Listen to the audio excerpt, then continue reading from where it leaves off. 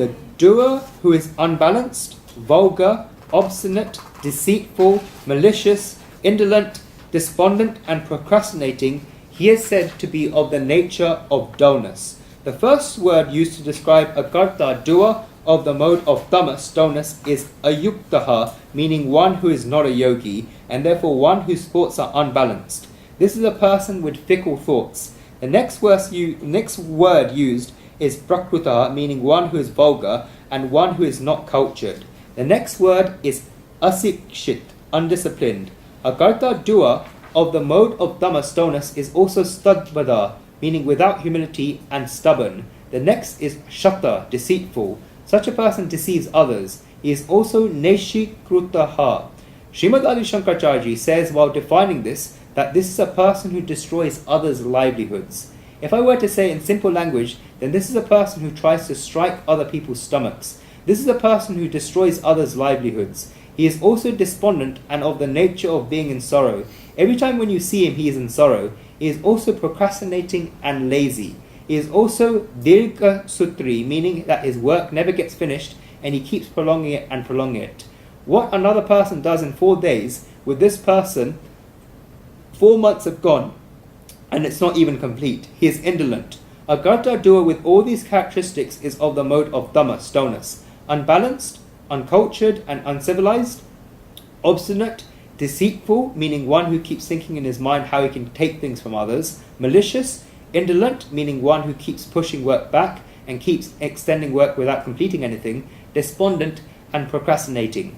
If you want to find such a karta doer of the mode of tamas, dullness, then I'll be able to tell you where to find such a person. Go to any Indian government office. You'll be able to see all of these characteristics in them. The person sitting there will just be eating pan and will never open your file. Obviously, it's going to change with the new government. He'll say that this does not happen and this does not happen. The other person is on holiday. It's just a 5-minute job and he takes 5 minutes to do it. And then he says, this is how it works. Chalta hai. This is a karta, doer, of the mode of tamas, dullness. The first characteristic of such a person is that he is unbalanced. This means that he is not committed to the cause. There is no utsaha, enthusiasm, in the activity that he's doing, and therefore his thoughts keep moving around. He keeps getting fickleness. When a person performs any activity by becoming involved, then immediately become focused, and no task becomes difficult. But such a person is unbalanced. There is a very famous example that if one is thirsty, then they know that they can get water if they dig a well into the ground. They begin doing this. They dig 5 feet in one place and then they think that it's not the right spot, so they dig 5 feet in another place. Then they dig it in a third place and then a fourth place. They dig 5 feet holes in 10 places, and as a consequence, they put their heads in their hands and say that nothing is happening. But what if they had dug 50 feet in one place? Then they would have got it. This is called kukutpad vritti, the attitude of a cockerel in jumping up and down in Sanskrit. A cockerel just keeps jumping up and down. In the same way, this person keeps jumping up and down and in his activity and is never steady. You find people like this around. When you walk around, then you'll find them. Go to them and ask them, how are you nowadays? And they'll say that I'm in the stock market today. You reply, is that so? After 4 months, you get to meet them again and ask them what they're doing now. They say that now I'm into computers. You ask them, were you not in the stock market? And replies that difficulties came in the stock market and therefore I'm in computers. You say, fine, you're in computers. You meet them after 6 months and you ask them what they're doing, and they say, we have begun printing work. You're asking, where did the computer go? And he replies that it just went. He keeps changing and changing. He's unbalanced. He does not get success. There is a reason for why he is unbalanced. He cannot do long-term planning and has become stuck in short-term gains. He gets pulled by what he gets in the near future. He has no steadiness of his own. He does not think about what do I want to do? What do I wish to attain in life? His life goal is not decided, and therefore if one person told him to come one way, then he'll go that way. And if another person told him to come on the stock market, then he'll go to the stock market. And then if a third person tells him to go into computers, then he'll go into computers. He has no goal of his own.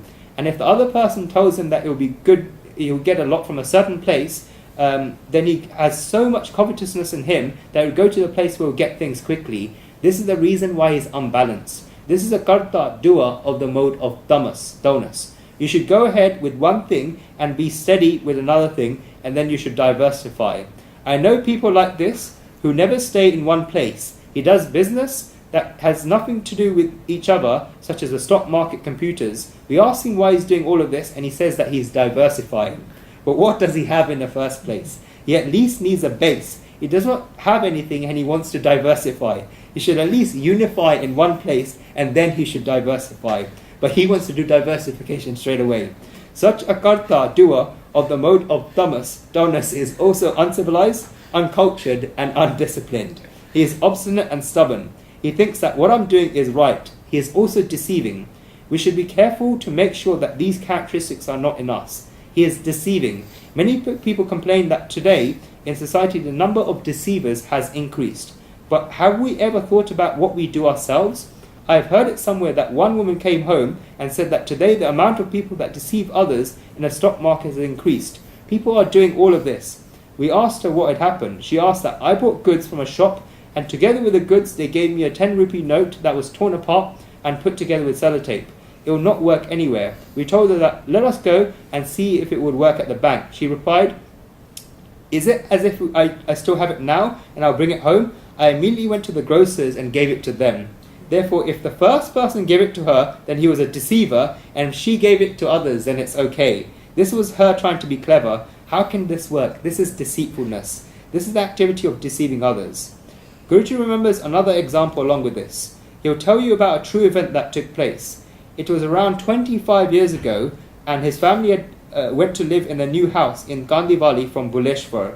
It was a monsoon season. He got a phone call at the place from which he was going to leave and go home. It was away from home, and they said that when you come, then you should bring oranges. This is because he is going to travel on a train. They told him to bring back oranges and ginger. He told them that he had never brought them before and he did not know what to do. They said that we're going to leave, but it's very raining and therefore we cannot go out. As soon as you come out of the station, then you immediately find it. Guruji told them fine. He got out of the station and the person was sitting there, so he bought a dozen oranges. He also had to buy the ginger, and there was a grocer sitting there. He saw ginger at her stall. He went there and asked her for 250 grams of ginger. She weighed it and gave the ginger, so he took it in his bag. He then gave her the money. He had to get a third thing and he was looking for it. He went there and came back. At that time, the woman selling the ginger called him. She said, "Sir, come here." Guruji asked her what it was and whether he had paid too less or whether the note was torn. She said, "Give me back the ginger I gave you." Guruji asked her why, and she told him to give them back. He gave her back the ginger and she once again put them back on the weighing scales. She mixed a small piece of ginger in it again and then told him to take it. He found this strange and asked why she was doing this. He asked her why she mixed it. She told him that, "Sir, it is so that the rain is falling and there was water in the ginger I gave you. Therefore the water took up some of the weight on the weighing scales and I gave you that much less ginger." Guruji told her that he did not even realize this, and she told him that she did not even know at the time of giving them, but she realized after he had left, and she got sad in her mind that she had charged him for the water and not the ginger, that she had given him too less ginger. Guruji really has a lot of respect towards that sister and asked her, "If you had not given me this piece of ginger, then what difference would it make? I had not seen it and I was not looking." She replied to him that, "Sir, you're not looking, but the person up there was looking." Guruji remembered this one sentence of hers so much and used to give this examples of her as a rule in all his earlier discourse, and has remembered this from a long time, that the person up there is looking. He thought that if everyone in this world thinks that the person up there is looking, then all of their lives will become of the mode of sattva, goodness. The sister selling groceries had never listened to a discourse on the Srimad Bhagavad, nor had she heard any discourses on the Gita. She had not listened to any of these, yet she was worried about the person up there. A person who deceives others always closes his eyes towards the person up there. He thinks that how can the person up there be looking? He only thinks that the person up there only looks at the rice and sweets that were offered to him in the house, and the person up there does not look at the black business that they do in order to get the rice and sweets. Some shopkeepers put the picture of God above their seat. They open the shop and immediately put incense sticks and lamps around the picture of God, bow down to God and do everything. And if they sit on the seat and think that the person up there is blind, and so how can he know? The person up there sees everything. Deceiving cannot work. If I tell you the truth, then when we think about deceiving others, in reality we're deceiving our own self. People get happy that look how much I've stuck in the bottle. Oh clever person, who are you to make someone stuck in a bottle, you got stuck yourself in there.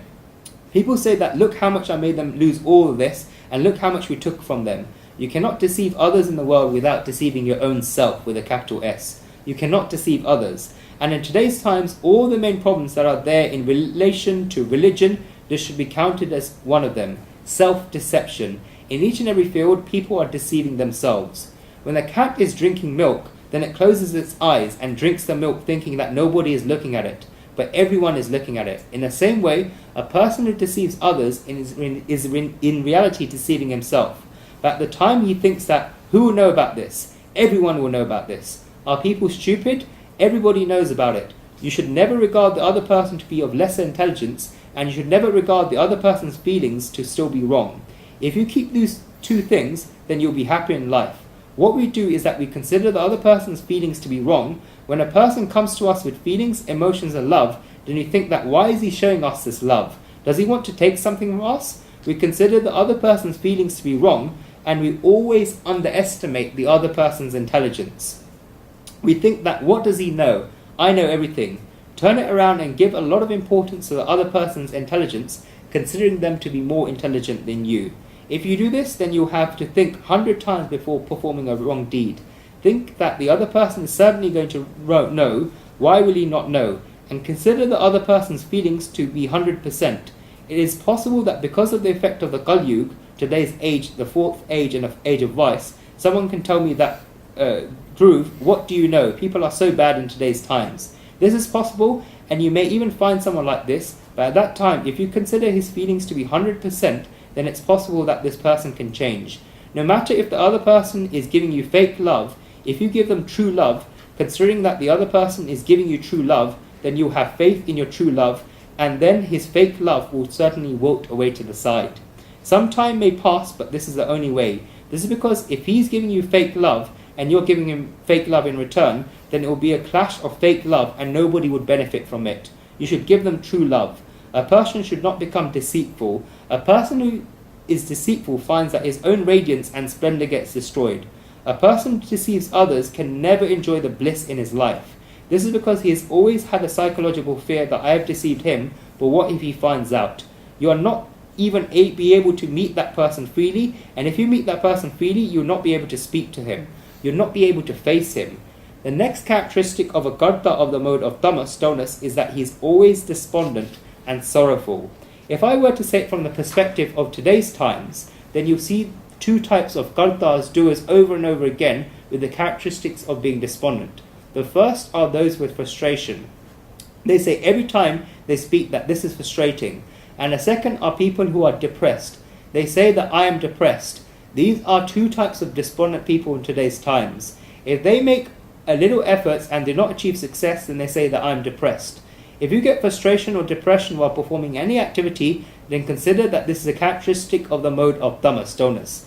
This is a characteristic of a person of the mode of tamas, dullness. They are also lazy and indolent. They keep postponing things. Kabirji has said it very nicely that kal kare so aaj kare so ab, pal mein pralay jo jayega, bori karega kab. Perform tomorrow's work today, perform tomorrow's work now. If the moment is lost, then how will the work get done?